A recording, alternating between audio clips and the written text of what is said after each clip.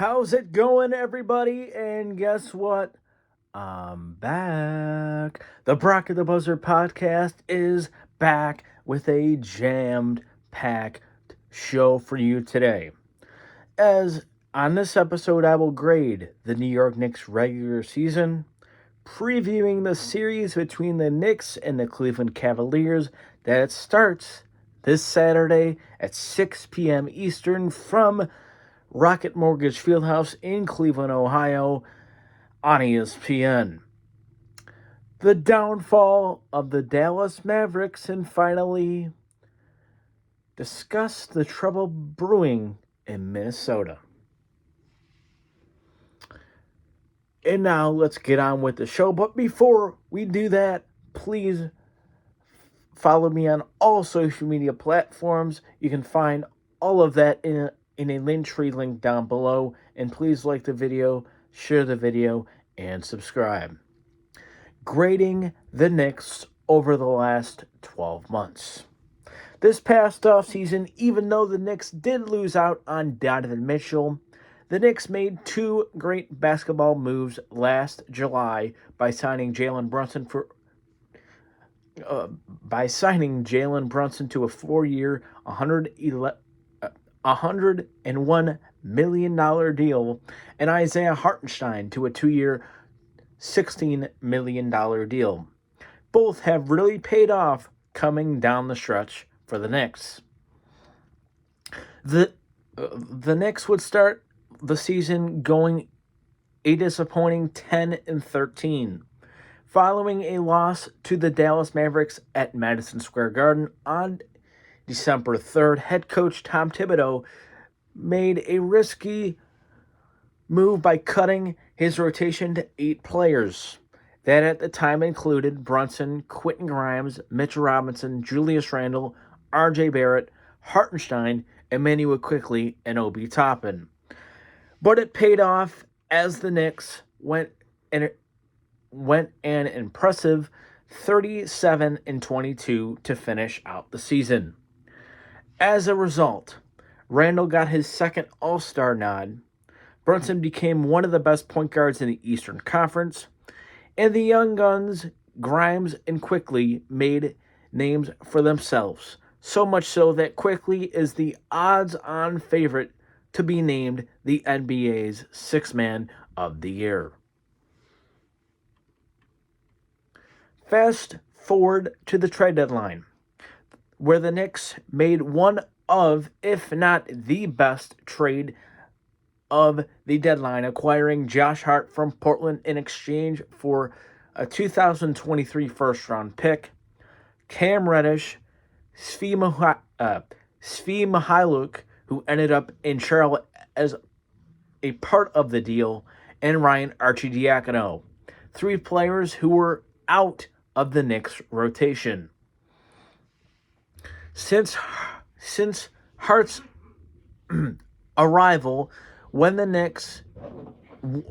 healthy, the Knicks now have one of the most complete 9-man rotations in the NBA. And the results show just that. Despite losing their last 2 games of the regular season, the Knicks went an impressive 16-9 down the stretch, showing just how deep this Knicks team really is.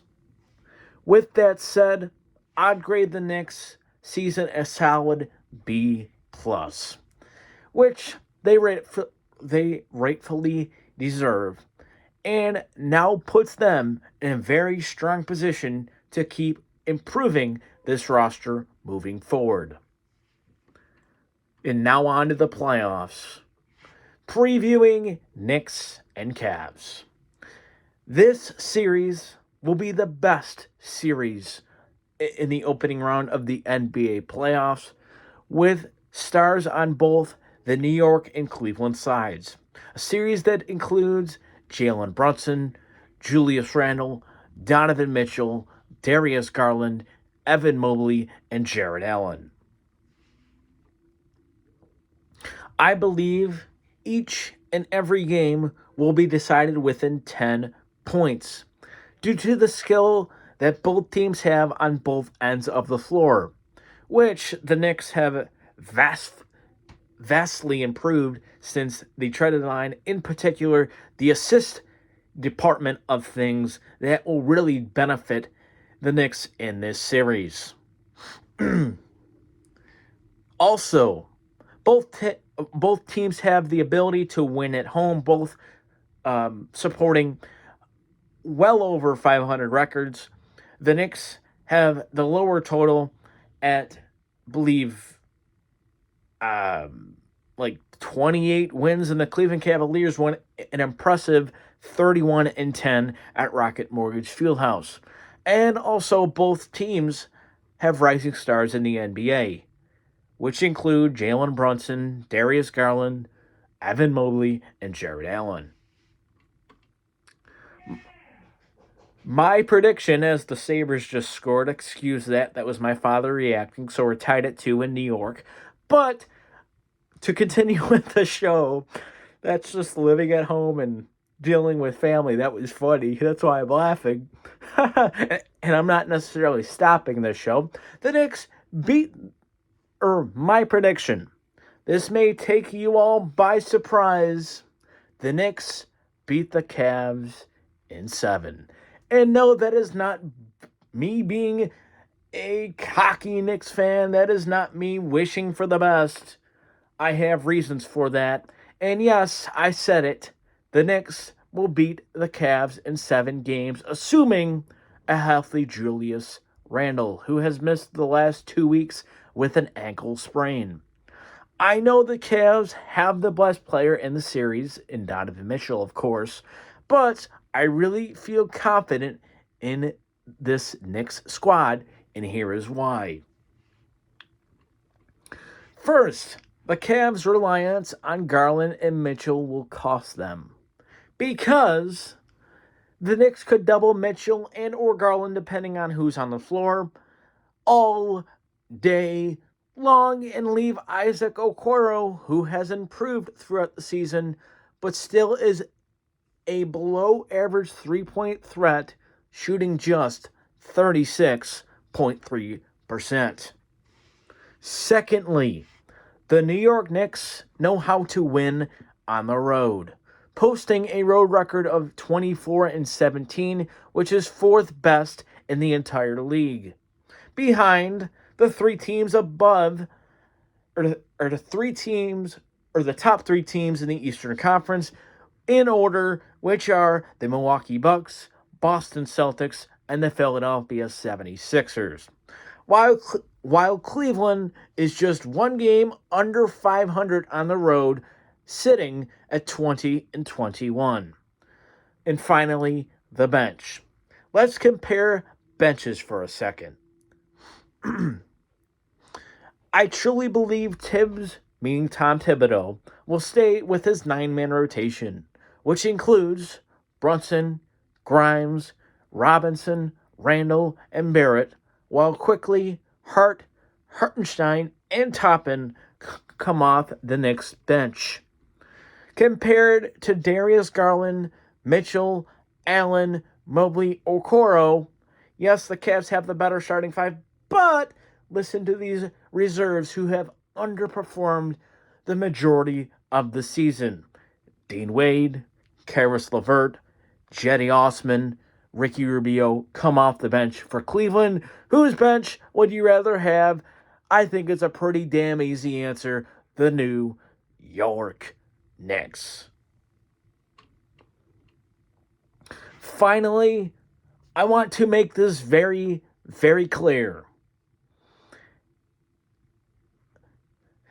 If the Knicks do in fact lose this series, as most people are predicting, their season is not ruined, Stephen A. Smith. It has been a very oh my God, I can't talk all of a sudden. Has been a very successful season. Nobody, and I mean nobody, expected the Knicks to be in this position, including myself. Okay, let's go on a little more somber note to end the show. First, beginning with the utter disaster in Dallas, Texas.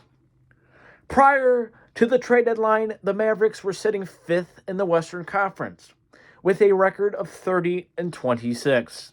Then the wheels fell off, going just 8-18 in the final 26 games of the season.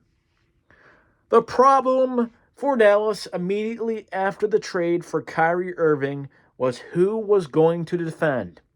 Since the Mavericks traded their two best defenders in Spencer Dinwiddie and Dorian Finney-Smith to Brooklyn for Irving.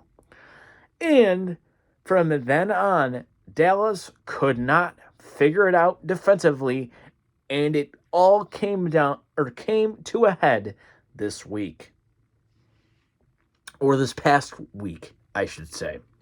From owner Mark Cuban blaming Jalen Brunson's father Rick, who was hired by the Knicks as an assistant coach under Tom Thibodeau this past summer, for leaving for the Knicks in free agency, which pissed me off to no end, because you'll hear why later. Superstar Luka Doncic and head coach Jason Kidd being visibly frustrated. Then the Mavs would commit the most blatant display of tanking in NBA history last Friday night against the Chicago Bulls, which has now resulted in an NBA investigation. Who's to blame? And it's not Kyrie Irving, it's not Luka Doncic, it's not even Nico Harrison, their general manager, because he's got no say in what happens. It's not even Jason Kidd. It's one man. His name is Mark Cuban. At the deadline, Cuban took the risk of acquiring Irving, and it didn't live up to expectations, obviously, to then run his mouth about the Brunson family when he had not one, but two chances to extend him, but he decided to say, oh yeah, let's extend Dorian Finney-Smith instead, which made no sense then, and it still makes no sense now.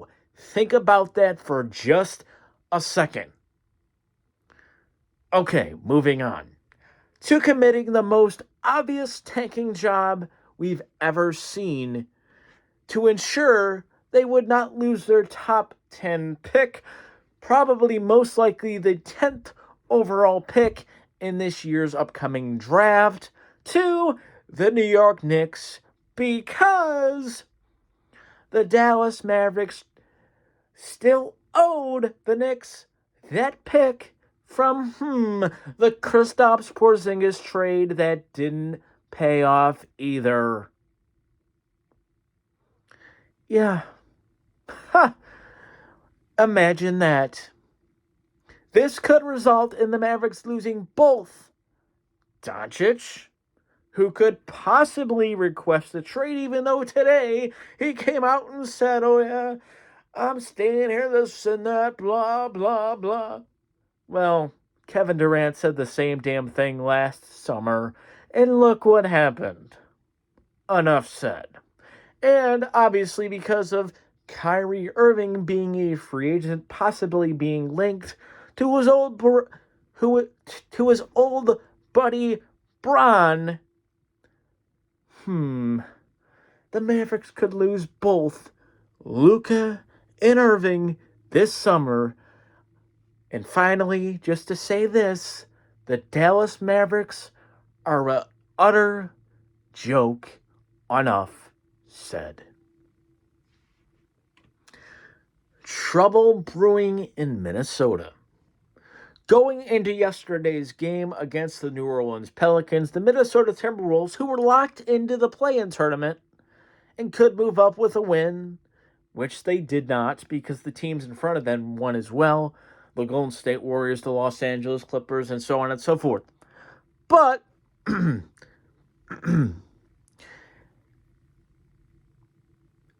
all that aside, the Timberwolves did manage to win 113-108 over the New Orleans Pelicans. But that wasn't the story whatsoever. It was the story that happened during the first quarter of the game yesterday in Minnesota, when the Timberwolves were not playing at their best. Team leader Kyle Anderson, who was one of the most respected players in the NBA, confronted Rudy Gobert. That resulted in a physical altercation that saw Gobert punch Anderson in the chest, which then led Gobert to be sent home. Furthermore, in the same instance, literally seconds apart, Timberwolves rising star Jaden McDaniels was frustrated as well and punched a wall. The result? Gobert has now been suspended officially from Minnesota's play-in game against the Lakers, a team that is already without backup center Naz Reid due to a severe injury. And on the McDaniels front, he suffered a fractured hand that could sideline him for the remainder of the season just because he got pissed off and he punched a wall. My opinion, this is downright lunacy. The Timberwolves just lost their one and only rim protector and best wing defender in a foul swoop. The trade for Gobert was laughable then, and it still is due to the potential of Walker Kessler and all of the picks they gave to the Jazz. But this is a whole new level of laughable, and I wouldn't be surprised if they lose both games this week and get eliminated from playoff contention. And there's another organization out west that is an utter joke. And the first guy to go, his name is Chris Finch. If the Timberwolves lose both games this week, mark it down, Chris Finch will be no longer the head coach of the Minnesota Timberwolves. And that'll do it for today's episode. Hope you all really enjoyed it. I enjoyed making this one for you. Again, please like the video, share the video, and subscribe, and follow me on all of my social medias in which you can follow or in which are located in a link tree link below. Have a great week. Have a great night, everybody. And I'll see you all very soon.